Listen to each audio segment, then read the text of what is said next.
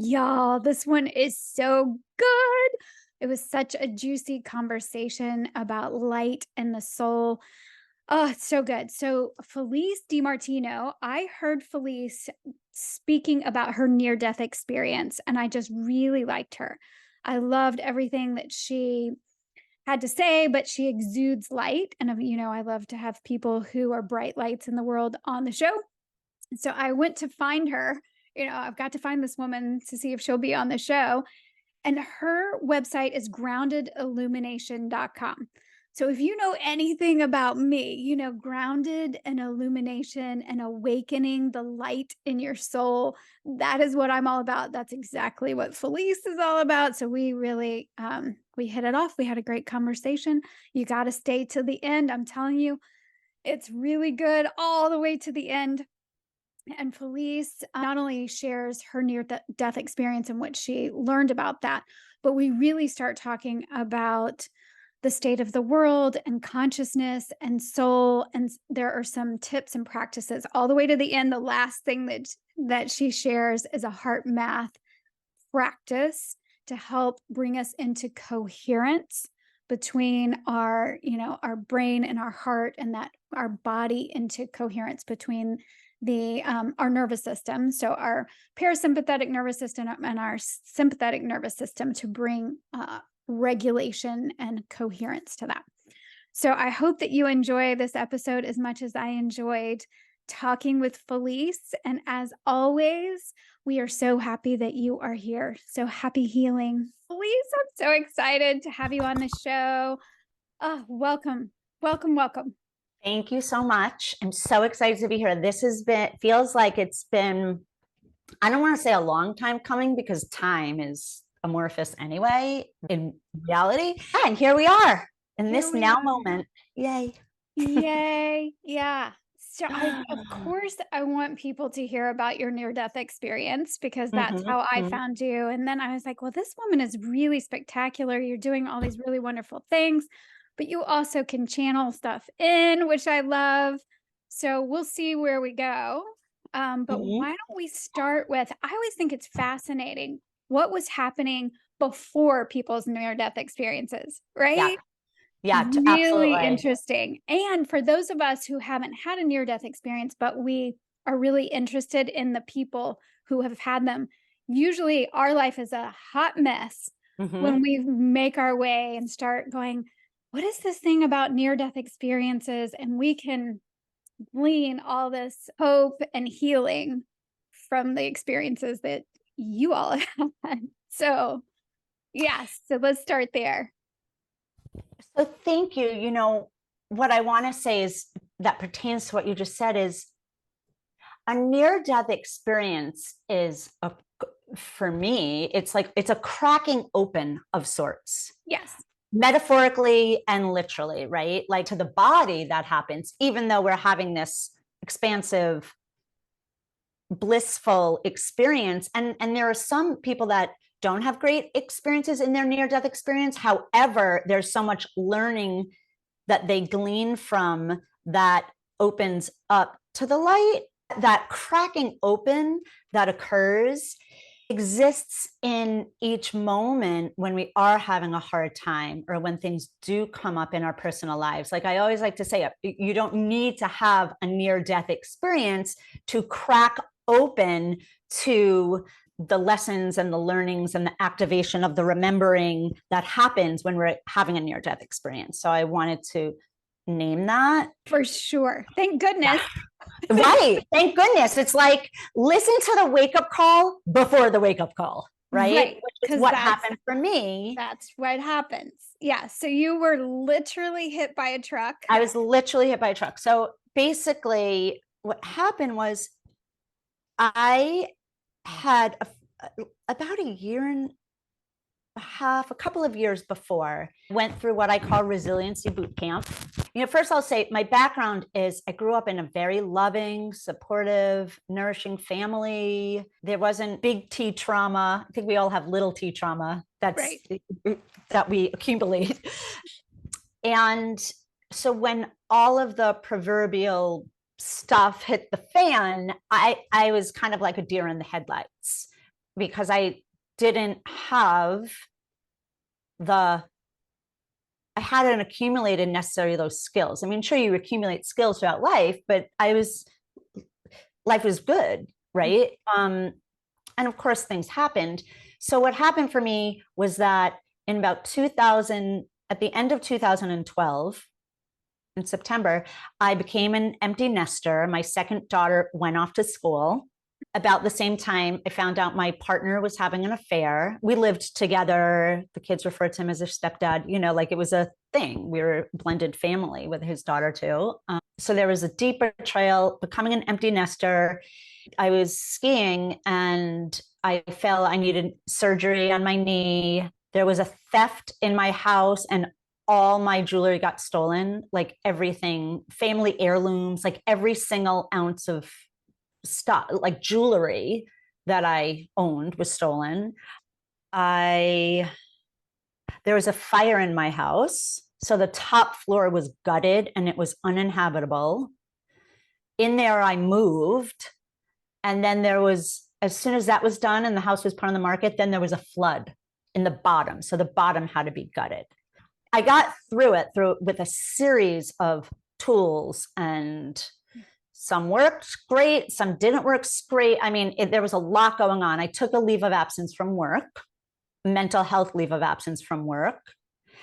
And I had tried a lot of different modalities, a lot of different therapies, from all across the board, allopathically, naturopathically, everything, right?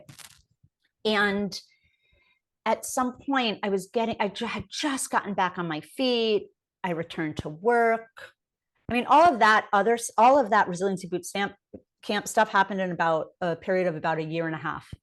And I was back at work. I had just regained kind of my sense of self because there was a major identity boot, right? As a parent, as a homeowner, as however the external defines us, like having nice jewelry. As a teacher, I was in a Montessori school guiding small people. Just in all the ways, right? As a skier, in ways that I was kind of identified. And just as I regained a new sense of self, I was leaving work one day and I was walking to my car and I came to a crosswalk and I had the right of way. The car stopped. I crossed the street and up from behind me came a very large, am I allowed to say the make? I just always say a large Dodge Ram pickup truck. So every time you see a big ass Dodge Ram pickup truck came up from behind me and made a left-hand turn and hit me. And lots broken, but I mean, lots happened. So. Yeah. Yes. Literally hit you going about 30 miles per hour. Is that right? Going about 30 miles an hour. As it turns out, she had the right of way to go straight, right? Like as I was crossing the street and she sped up to make a left-hand turn before an oncoming car came because she was making the left. So she sped up, she made the left-hand turn. She hit me in the crosswalk. My body was propelled several car lengths from the crosswalk. Yeah. So we'll get into that in a second. But what were you saying to yourself? You mentioned you kept saying, or you might have been saying out loud something before this happened. So your life is getting back together, right? My life is getting back together. And what happened was I had been engaging with the person. Number one, I had been engaging with a person who had betrayed me, who had the affair. And I knew that I should not be engaging, yet I wasn't listening to the knowing, because oftentimes we know what we know that we know, yet we don't want to pay attention to that, right? And then the universe dope slaps us into paying attention, right? For me, it took getting hit by a truck. And I was at this point where I knew that if the experiences that I had just had with all of that stuff that happened could help someone, could help others, it gave it meaning, it gave it purpose. It could be used in service to help others. So I really was being called to do something with that. And I was also being called either that, or I was being called to expand what I was doing in the Montessori world. I had started consulting. I had, just to kind of go bigger, to, again, be of service, help guide people who guide small children with the experience that I had had in the previous 20 years, right? And I wasn't taking action on any of it. So I wasn't listening to the knowing that I knew, that silent inner knowing that we can hear when we're still, about any of it. And yeah. That's been coming to me so much, Felice, about being still and listening, and how hard that is becoming for most of the people I see. Most of my clients have a real hard time just being without distraction. And I mean, I'm the same, where I'm always picking up a book or doing, instead of being in that stillness and that quiet. And there's something really important about that knowing you're talking about. So I know we're going to get into what happened when you were hit and that knowing. And I think that's what's so special about near-death experiencers is there's a knowing that you come back into the body with that. Of course, it's hard because then you just have to reassimilate with this now for sure knowing. Like it's always been there, but now it's a reawakening of that, right? Am I close? Am I getting there? I'm feeling tears come to my eyes because you're nailing it, truly. Yeah, it's an embodied knowing. It's like we all have that knowing in some distant remembering. And we might like taste it in the air, we can kind of get a glimpse or like a fleeting moment with it.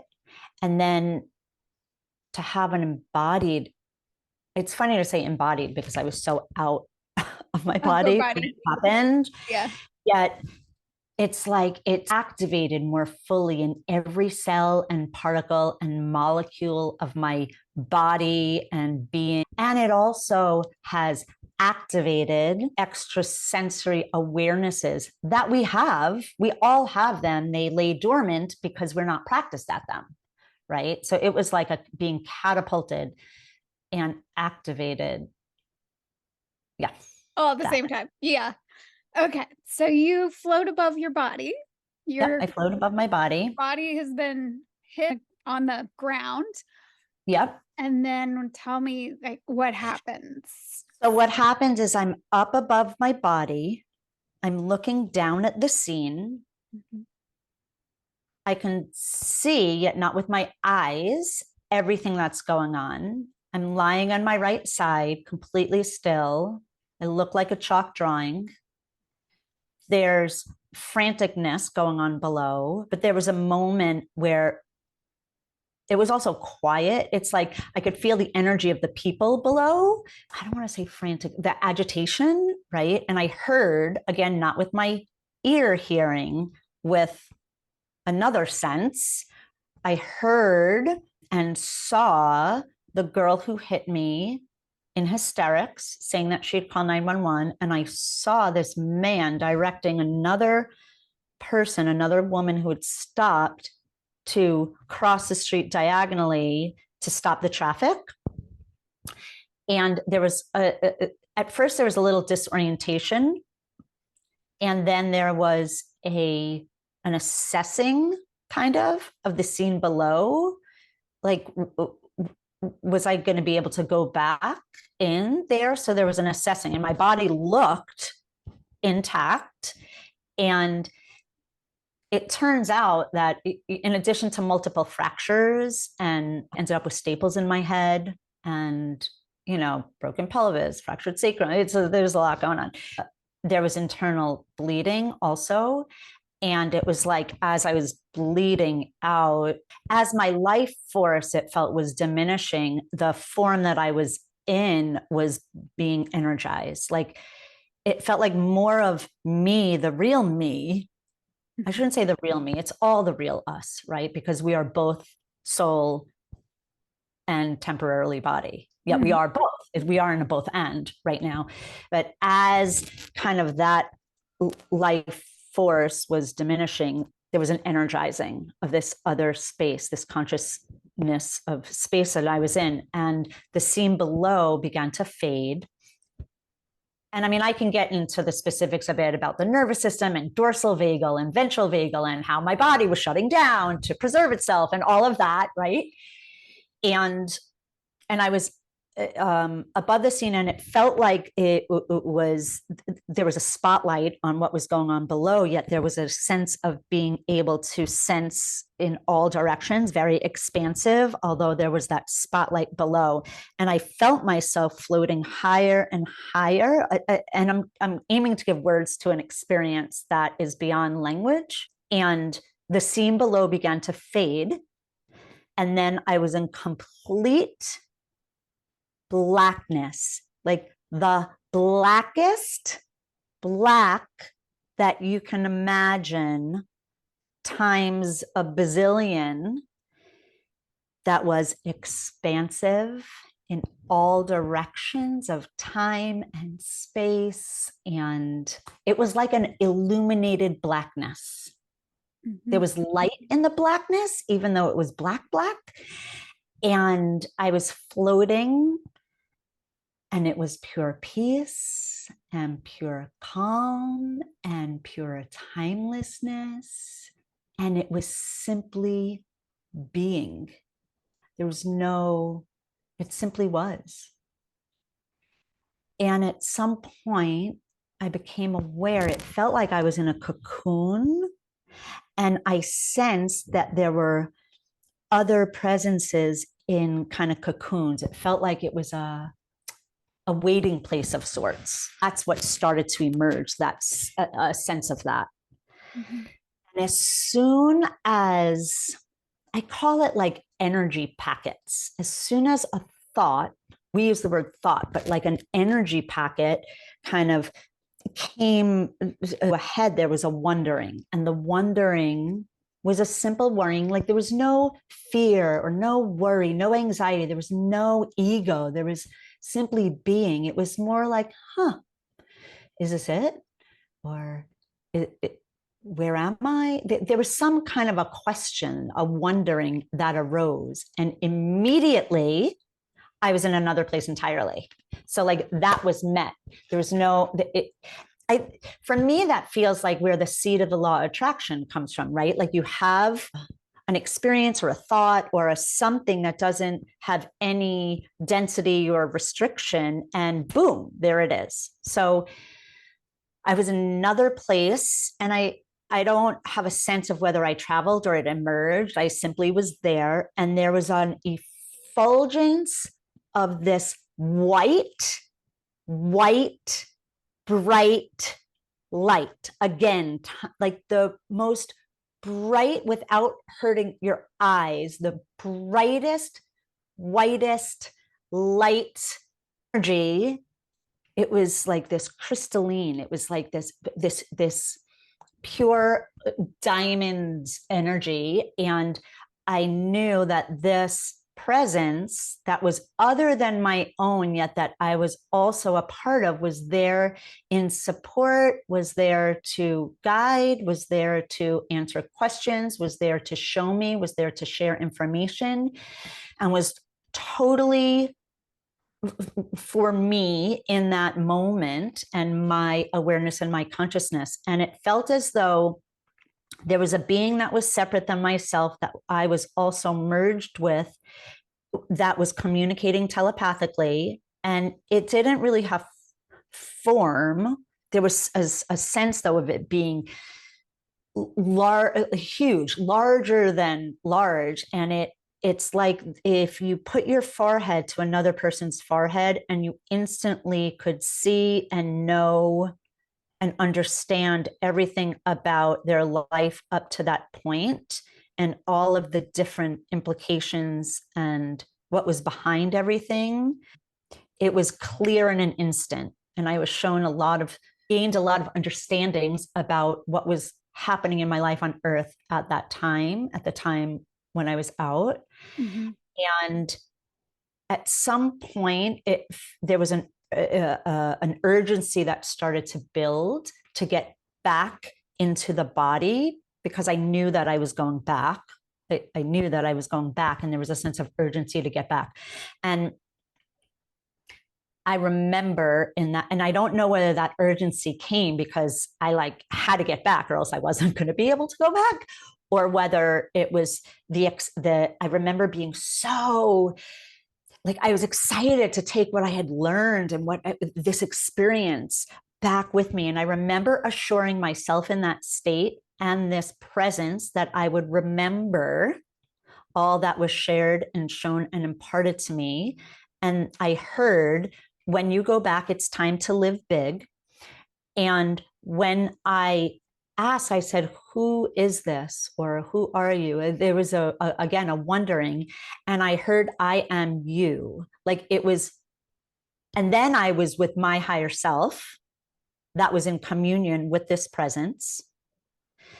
And then slowly I started to descend. The next thing was it was slow and then it was fast. I was descending into my body and I was partly in and partly out. And I could hear yelping, yet I could see it and hear it, yet I was out. It's like I was existing outside of my body and in it, because I realized that yelping sounds was coming from my physical form. And there's something else that happened then. Right. It feels like taking this huge big form and squeezing it. It's like Genie in a bottle. It felt like being squeezed into a bottle or into a form, even though we're bigger than our forms. Yeah, that's what it felt like. And then I remember I was in the ambulance. I remember seeing it from outside and also experiencing it from inside the body. And I heard sirens. And I remember saying, oh, those sirens are for me. Like I was in this state that I've come to hear referred to as bilocation, which is existing in both places at once. And it's a different nuance than dissociation. Although I believe dissociation is probably a form of bilocation. I remember that there was a man sitting at the top of my head holding it, and they didn't know where the blood was coming from, and my head was profusely bleeding. And I remember him talking, like I guess they were trying to ensure I was in and out at that point. And when I fully came back, I was being whisked into the emergency room at the trauma unit of this hospital that was further away than the local hospital, but that's where they brought me. And it took a little while to come fully back in and adapt and like, what just happened, and I didn't have any language for it. So yeah. Yeah, which is common of people who then you have to reorient, like, and you imagine, I mean, of course, you're going to have to reorient to this, but you remembered what you were told. Did it take a little while, or? I remember, and it feels like there are pieces that are more hazy. I remember very clearly, yet there are pieces of it that were so profound, and it's like in depth but not in depth at the same time, that are there. I could feel that they're there, and I don't have complete access to them yet. When I open up, I'm shown with complete, it's like this purity of a conduit, right? Yeah, I was thinking clarity with this, like, clarity. It's like this crystal clear clarity, like this diamond white light clarity. But I do remember a lot that was shared and shown to me, yet there's definitely a hazy, foggy remembering that there was more that I'm not accessing. Right, but it's there. Yeah, of course. Yeah. So I'm just thinking about, I'm of course curious about what they told you, like what was imparted, that kind of knowing, but was it mostly for you specifically, or was it just in general? Yeah.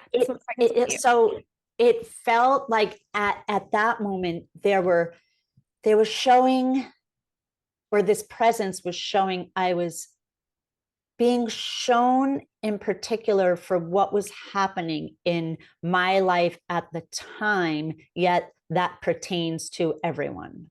And so it's kind of a both situation. And when I came back, I continued to receive downloads and messages and awarenesses, and it was like a constant faucet, a constant flow of information and information. I wrote a lot in those days, right? A lot that pertains to the ego and being human and where we're from and the potentials, and almost precognitive, like when you can see, they would show me precognitive, like things that where we were going as a human species before it would happen almost.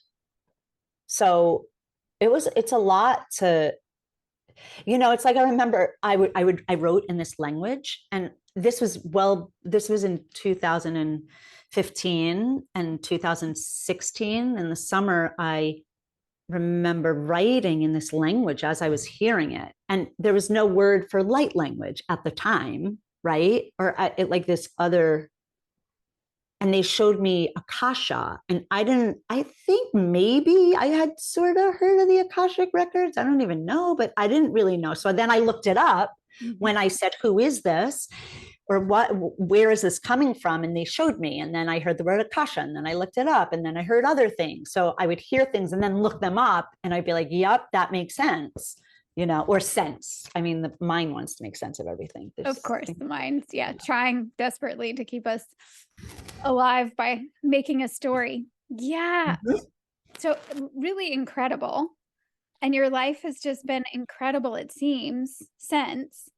Yeah. What do you feel like is best for others to hear? What do you, I don't know if you want to channel this in, or if you want to find what feels really important to you for the people who might be listening to hear. That yes, we are spiritual beings having a human experience, and it's very important, especially at these times, to pay attention to being both and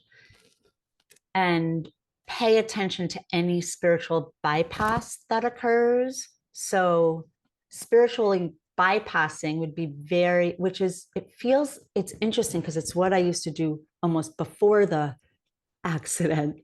And it taught me a lot about being embodied. Like, yeah, we're spiritual and we're also human. So when your human body organism is having an experience, to really acknowledge that, because we are physiologically wired and biologically wired for certain things. So it's important to pay attention to that and recognize that we are temporarily human as pure expressions of the divine. We are souls with a body. We are souls that have a body. And the soul is there's an eternal nature. And we are more than our bodies. And what a gift that for people who it's important to have validation and science that supports it, that science is supporting it now, are actual instruments that can measure our energy bodies. And it's becoming more mainstream, and that all is truly well. Like on some level, all is always truly well. And we are here. And I know we hear it over and over again, for our soul's highest growth and evolution. And when we are in the midst of having a really challenging time, it's that leaning into, number one, leaning into the trust and switching from a victim mentality of like, why has this happened to me, or what, to how is this for me? How is this for me? Or even if someone's in the midst of such stuckness, like they can't get out of it, to even ask that question, to lean into the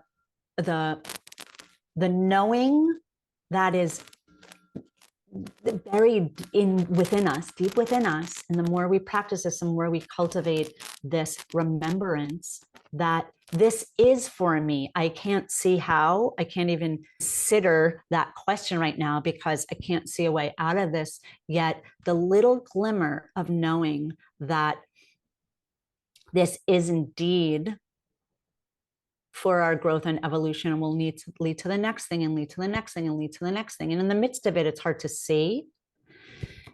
And also that there is nothing to fear in transitioning. There's nothing to fear. And to be witness to someone at the end of their life, if it's of natural causes, is such a sacred portal to be able to support someone in their transition and to be present with them and their soul.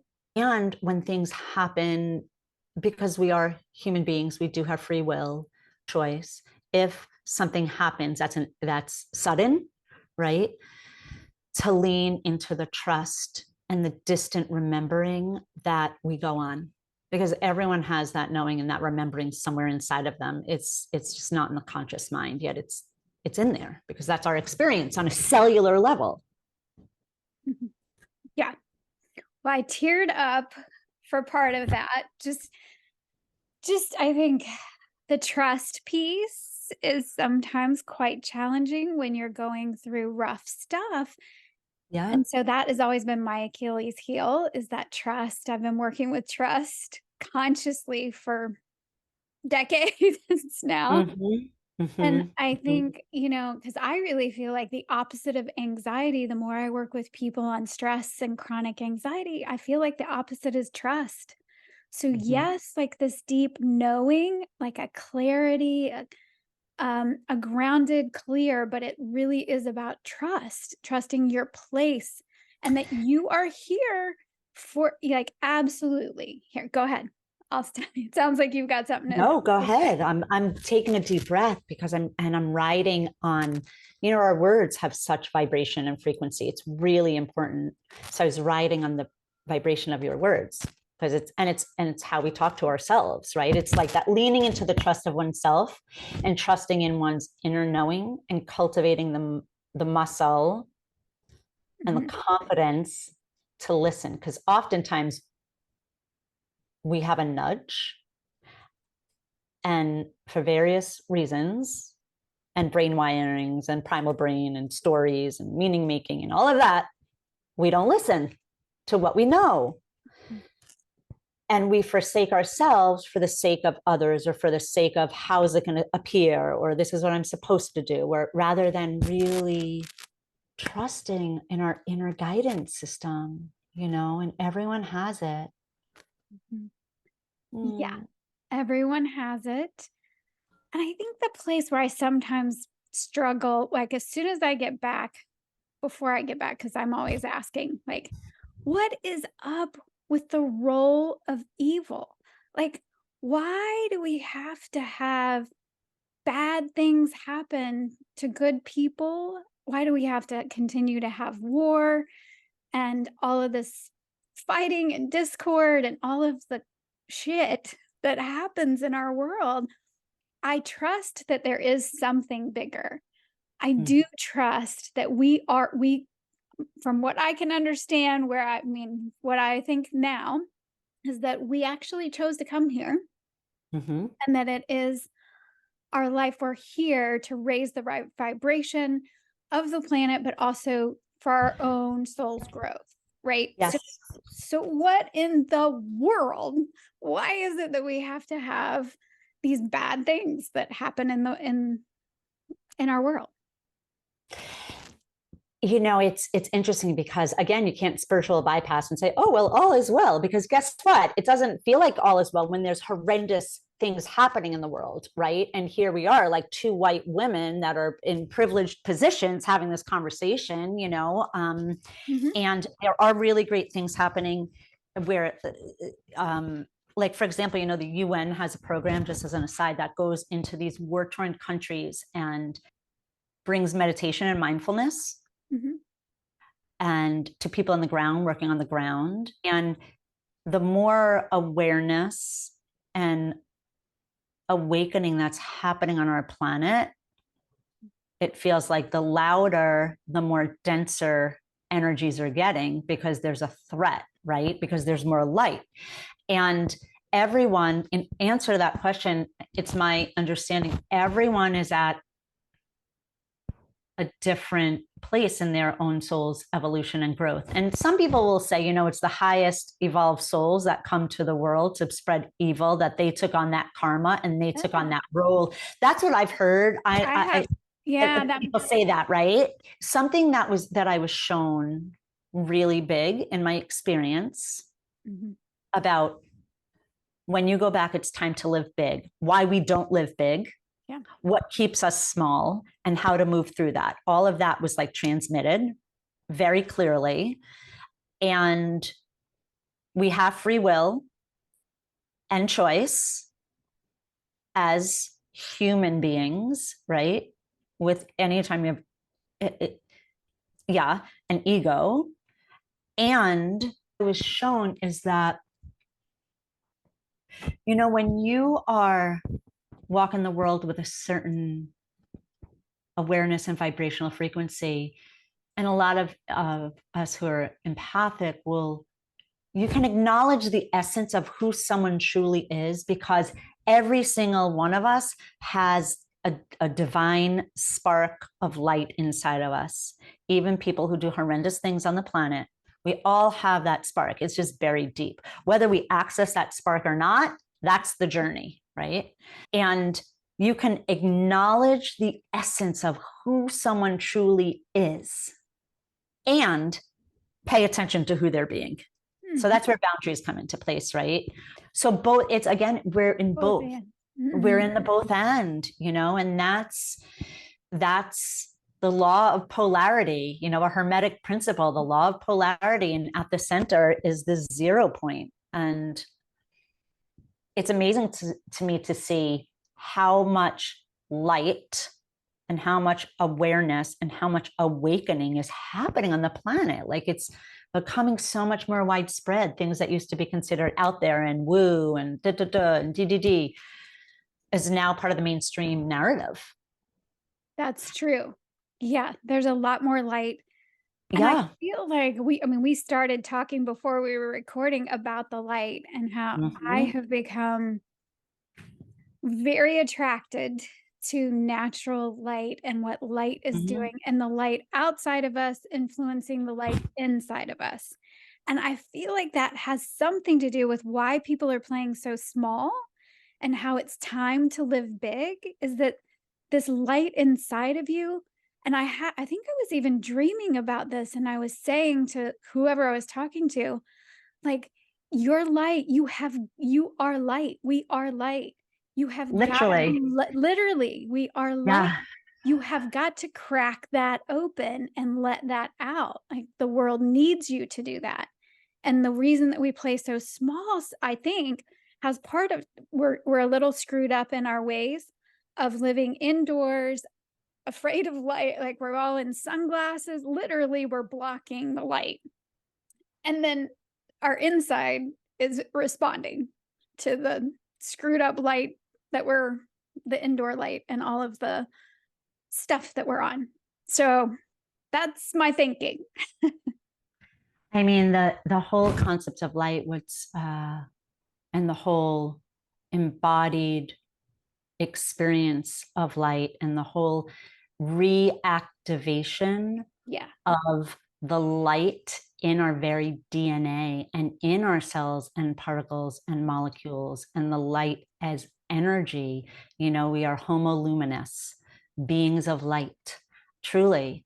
And that's how we raise our vibrational frequency, and there are crystalline light codes that have been so dormant within us, and the light that's coming in from the sun now is activating that dormancy that resides within us. It's like this, I'm going to say this Christed light, and there's so much wisdom contained in that has been covered up for so long, that what rides on those light codes is the ancient teachings when life was more simple, right? Before we developed in the Industrial Revolution. And I mean, this is a whole historical thing. And there are beings of higher frequency light. And when I say beings, it's like, if you get your ego and your mind out of the way and visualize light, you can visualize light above your head and your soul star chakra that connects you with the higher consciousness, with the quantum field, with the field where all possibilities already exist. Mm-hmm. And you imagine that light coming down through your whole body and activating every ounce of your being, your blood, your fluid, your muscles, your organs, your tissues, just envision that activating all the way down through your feet, like cords of light going deep, deep into the earth. And then breathing that light up again and up again, all through your body, and allowing that to nourish you. There's also, the pineal gland, which, as you know, releases melatonin, right? I mean, it regulates our melatonin. Yep. Is also this inner seeing, is also this inner light. Mm-hmm. So I know with what you do too, like regulating the light that we receive, it helps activate those places. Is this making sense? Oh yeah, I love it. This okay. Is exactly yeah. And what they show me, I feel like I'm doing so much talking. You're supposed to. You're being interviewed. Also, what I get shown a lot is we all have light coursing through us, right? Mm-hmm. And the way that we turn, we can fan the flame of that light. Look at the sun. The sun codes, it's like there's so much more awareness in the collective and in the light streaming onto the planet to really drink that in. Look at the way the sunlight ripples on the water. Look at that. Just look at that. Meditate on it, be still on it, look on it. It gets into our human organism, when even just to watch that, to look at that, mm-hmm. to drink that crystalline diamond white light. I mean, it flows through us. What happens for me is sometimes I can see these shapes and people in their pixelated form. Does that make sense? Like people, everything is energy, right? Even the most dense structure is energy. Like this is made up of energy, right? It's molecules that are moving at a different rate than the air we breathe, right? Everything's energy and everything's made up of these particles and molecules. Yes. And what happened for me when I came back is the more meditating, really important. The more that I grow the muscle of meditation and the activations that occurred for me is where I start to see the people as their light forms. And everyone can see it. Like if someone walks into a room and they're emitting, like everyone has had the experience of someone walking in and like taking the breath out of the room, or like, ugh, their energy is so dense and heavy. Like, look at them, just practice like softening the gaze and seeing if you could see what comes off of their body. Is it light or is it dense and kind of gray and cloudy? Like you have a sense of that, or if someone's light and brings joy into a room, like look at them beyond their physical form. Like, are they emitting light or are they emitting like, ugh? And the way we get there is through practices, gratitude, anything that, I don't know if you're familiar with the Hawkins scale of consciousness. Mm-mm. Oh, so David Hawkins has something called the map of consciousness, right? Mm-hmm. And there's different emotional states that produce different frequencies, right? So like shame is the lowest. Mm-hmm. right? Shame, fear, judgment, all of that kind of stuff. That's low. And then the high ones are gratitude, joy, love. So practicing that more really helps to raise our frequency. It helps us to emit more light. Mm-hmm. You know, and I know that there are more biological, scientific ways of explaining this. That's not my language. I sometimes wish it were.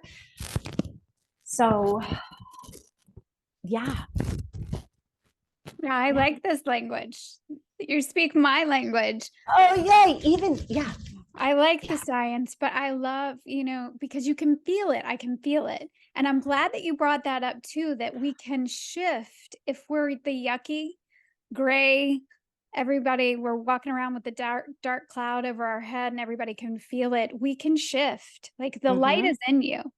And so, yeah. And I loved what you told me before we even started recording about letting the sunlight hit our water that we're drinking. Yes. Because the codes, and what I'm really loving, because I've been really interested in the frequencies and the codes.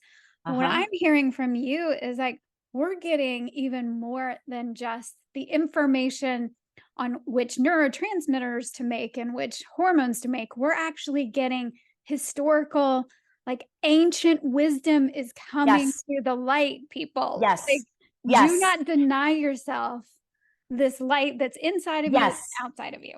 Yes. And it's coming back online because it's safe to be online now, because the frequency of the collective has gotten to a point where the information could be received. Whereas when the frequency of the collective is denser and people are more closed off, it doesn't reveal itself. And this is like, some of these teachings, to get like super in there, some of these teachings, I mean, this is based on ancient Egyptian, I don't know if you know Robert Edward Grant, or the Gene Keys, Paul Rudd. This is based on ancient wisdom that's documented, like Hermetics, like Rosicrucians and the Masons. This is not just like made up woo stuff. This is like historical facts. Even, I grew up Jewish, and I mean, my practice is a spiritual practice, right? But even, like Jesus walking in the way of the Essenes, Christed light, not in a religious connotation at all. It's this anointing, this light that is within all of us that has gone dormant. That's there, right? Yeah. That is waking up and drinking in. They showed me, when I say it's this frequency of light shows me, and will always resonate. Whatever frequency that we are is what we put out. It's like a boomerang effect, right? So that's what comes back. And putting our water out in the sunlight,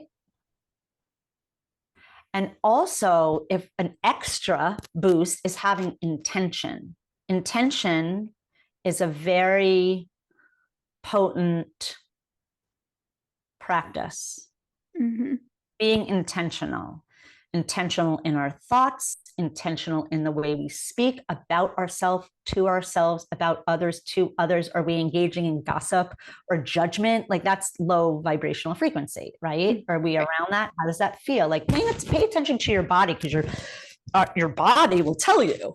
Feel like tense, feel good, right? That's exactly what I'm thinking, is like all the symptoms that people have of this chronic stress and anxiety and the body not feeling good. These are signs. Like, okay. You know what else? I know I'm going off on a tangent, but